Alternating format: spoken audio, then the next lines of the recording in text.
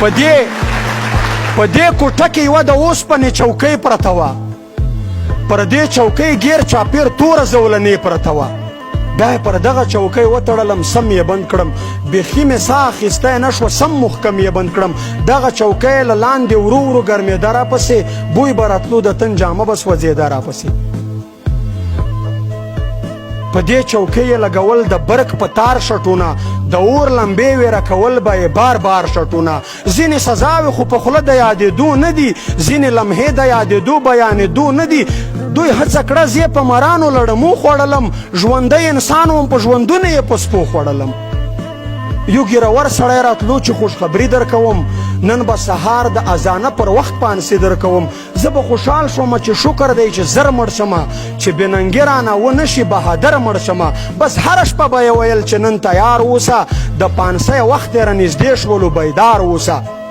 ما ته به مینه مور ماشومه لور را یاده شوله، خو د وطن به هره بوره مور را یاده شوله. ما ویل که مرم شکر په ننګ د مظلومانو مرمه، زه د وطن په کونډو بورو یتیمانو مرمه. چې به سهار شو په دیکو به یې روان کړمه زه، بس په چیترو او ډنډو به یې روان کړمه زه. سترګې مې بند په زخمي خپو به یې روان کړمه زه. د لږ مزله پس عجبه حادثه راغلله، د لږ مزل نه پس عجبه حادثه راغلله.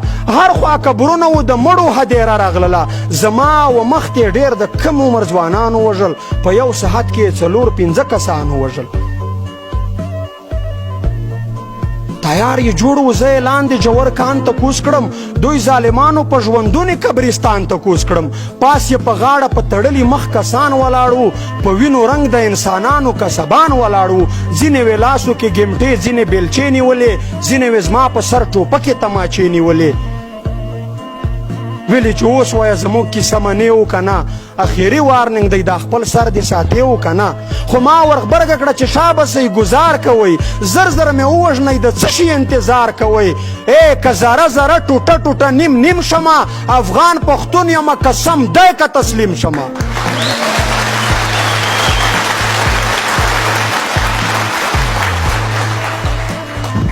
بس لانډه دا چې دوی پرې پوه شول چې یوه نه مني. دغه ځوان په هوش حواس زمونږ کیسه نه مني. بس یو څو ساعته شوم بې هوشه، زما حال بدل شو، زما پر ځان اختیار شو ختم، زما خیال بدل شو. داسې ماحول جوړ شو چې شوره سره ورور په قید کې، زما وراره ماشومه لور او زما مور په قید کې.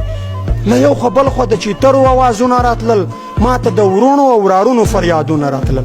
بس له دې بعده چې دوی ما باندې هر څه ویلي دي، زه په دې پوه نه یم چې ما بد او کشه ویلي دي. نو پښتنو ورونو زما دا مختصر بیان و، دا پر ما تیر په فوجي قید کې د محشر بیان و. خو خدای ګواه دی له ما څخه دا قرآن پوره دی، دغه قسم له ما په هر یوه میدان پوره دی. په دې آخر وخت کې هم ما د خپل پر هر په وینو د تور زندان په دیوال دغه بیت لیکلی دی چې کوم ژوندی د ازادۍ د اتڼ برخه به یم، که چیرې مړ ومه نو زیری مې تر ګوره راوړی.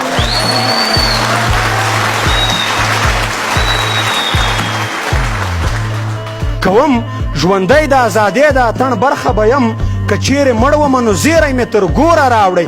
ځکه چې ما و خپل ولس ته په بار بار ویلي، دا مې په شعر او په ټپه کې دي په جار ویلي، چې یا وطن او یا کفن دا مې شعار دی، پښتانه راویښومه دا مې کار دی. ما د حق په لار قبول دي په سر سترګو، ګیله منه که زندان د یو کدار دی. له توجه مې ونه